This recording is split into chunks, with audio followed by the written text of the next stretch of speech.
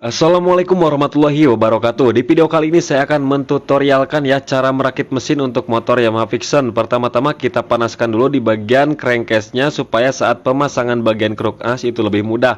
Kurang lebih 2 menitan ya, tergantung apinya. Jadi usahakan 80 derajat ya. Baru kita masukkan krek asnya, kita diamkan kurang lebih 2 menit sampai dingin. Kemudian kasih pelumasan di bagian bearing-bearingnya. Dan dipastikan untuk crankcase-nya bersih. Kita pasang bagian balancer sembarang saja dulu seperti ini ya. Nanti kita atur setelah pemasangan crankcase sebelah kanan. Kemudian bagian bearingnya kita kasih pelumasan, dipastikan crankcase bersih dari kotoran. Kemudian tinggal kita pasang bagian gigi rasio. Caranya seperti ini, teman-teman bisa perhatikan di videonya ya. Jadi jangan sampai terbalik. Kalau misalkan terbalik nanti tidak pas. Dan logikanya harus main, pasang bos kemudian gigi seperti ini ya. Nah kemudian ada ring, jadi logikanya harus main. Kalau misalkan terbalik dia nggak bakalan bisa menyatu. Kemudian yang bawah ini diperhatikan di videonya ya, jangan sampai terbalik. Nah cara yang benar seperti ini. Kalau misalkan terbalik nanti tidak bisa oper gigi, tinggal kita pasang giginya dan jangan sampai terbalik juga. Kemudian pasang ring, dan diperhatikan ya di bagian as sekunder itu ada 2 buah ring, atas dan bawah, sedangkan di bagian as primer itu tidak ada. Nah kita pasangkan secara bersamaan dengan antara gigi sekunder dan primer. Nah kita masukkan secara bersamaan seperti ini. Dan untuk pemilihan crankcase itu bebas, mau sebelah kiri kanan boleh. Nah di sini saya mempraktekkan di crankcase sebelah kiri. Kemudian perhatikan di bagian capit udangnya ini, apabila tidak pas berarti itu bukan pasangannya. Jadi sesuaikan dengan pasangannya. Dan apabila terbalik maka tidak akan pas di bagian pen yang menuju bagian shift drumnya. Nah harus posisinya seperti ini, sejajar ke bagian shift drum. Kalau misalkan terbalik seperti ini nih, tuh dia tidak lurus ke bagian shift drum. Nah saya praktekkan cara yang salah dulu. Kalau cara yang salah itu tidak bakalan tersusun dengan baik tuh. Kalau sembarangan ya. Jadi harus sejajar ke arah bagian shift drum. Misalkan kalau yang bawah terbalik, ini contohnya ya, kita lepas dulu. Nah kalau terbalik posisinya jadi tidak searah, dia nggak bakalan nempel ke bagian shift drum. Jadi teman-teman pasti sudah bisa memahami. Yang penting dipakai logikanya. Kemudian tinggal kita pasang bagian pen. Kasih gemuk ya supaya pernya itu tidak jatuh.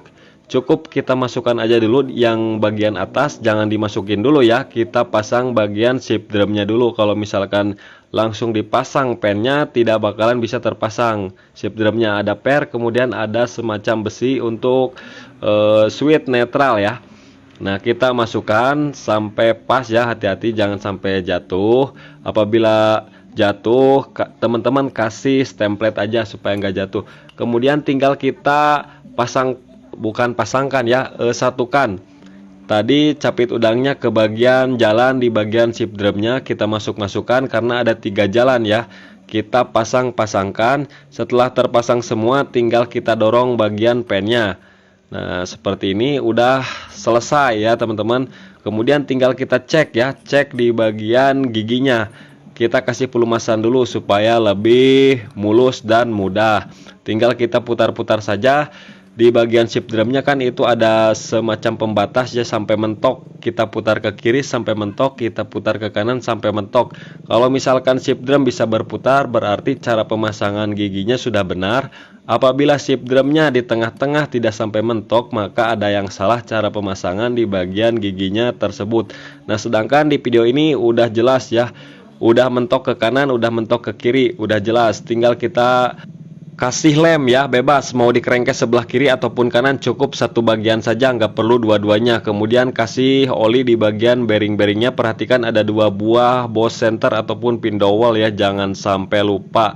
Nah kemudian tinggal kita tekan seperti ini sampai pas dan sampai merapat. Dan di bagian bintangannya itu harus posisi netral. Kalau misalkan nggak netral dia nyangkut ya. Kemudian tinggal kita pasangkan baut-bautnya. Dan untuk penggunaan lem itu bebas ya, lem khusus untuk packing ataupun crankcase, pokoknya lemnya bebas. Saya di sini menggunakan lem tribon. Kemudian tinggal kita pasang baut-bautnya, dan baut-bautnya pun tidak sama ya. Jadi harus diperhatikan sekitar 1 jarian ya tingginya. Kalau misalkan lebih dari 1 jari berarti itu bautnya kepanjangan. Nah seperti ini. Di bagian tengah, pinggir-pinggirnya semuanya kita kencangkan secukupnya dan secara merata. Apabila teman-teman menggunakan kunci torsi, torsi di angka 14 Nm secara manual saja sudah cukup jelas dan bisa dipraktekkan. Nah, kemudian sisa-sisa lemnya kita bersihkan ya supaya rapih kerjaannya. Kemudian kita putar kruk asnya ya, kita tahan dulu di bagian balancernya. Kalau misalkan tidak ditahan, dia bakalan beradu ya. Nah, apabila setangnya ke bawah, tinggal kita balikan lagi putarannya. Nah, udah lancar ya seperti ini. Tinggal proses pengetesan. Kita pasangkan dulu bagian pernya, kita gunakan tang supaya lebih mudah, tang kecil ya. Nah, setelah itu sediakan kunci L5, bukan L5, L4 ya teman-teman, L4 karena ini kecil. Nah, kita masukkan gigi 1, netral, 2, 3, 4, 5. Kemudian dari 5, 5, 4, 3, 2, 1. Nah, seperti di video ini. Ini udah jelas ya. Kita kembalikan ke posisi netral. Nah, setelah itu tinggal kita rakit as persneleng. As persneleng tinggal kita masukkan. Nah, sambil kita tes bagian pernya. Nah, ini udah bagus ya. Kemudian pasang bagian bos di bagian balancer. Kemudian pasang dulu sepi pengunci di bagian gigi engkol ya. Kemudian gigi engkolnya bebas, mau bolak-balik bebas. Kita kasih ring dulu, kemudian gigi engkol, kemudian ring, kemudian sepi lagi, sepi pengunci. Dan untuk pemasangannya dibolak-balik itu bebas ya, tidak terjadi masalah apapun. Kemudian tinggal kita pasang ring di bagian hose couplingnya, kemudian ring tebal sekitar 2 mili ataupun 3 mili ya. Kemudian kita pasang gigi pompa oli, jangan sampai terbalik ya. Nah, yang agak panjang itu disimpan di bagian dalam. Kalau misalkan terbalik, dia terlalu mendam ya, tidak bakalan baik.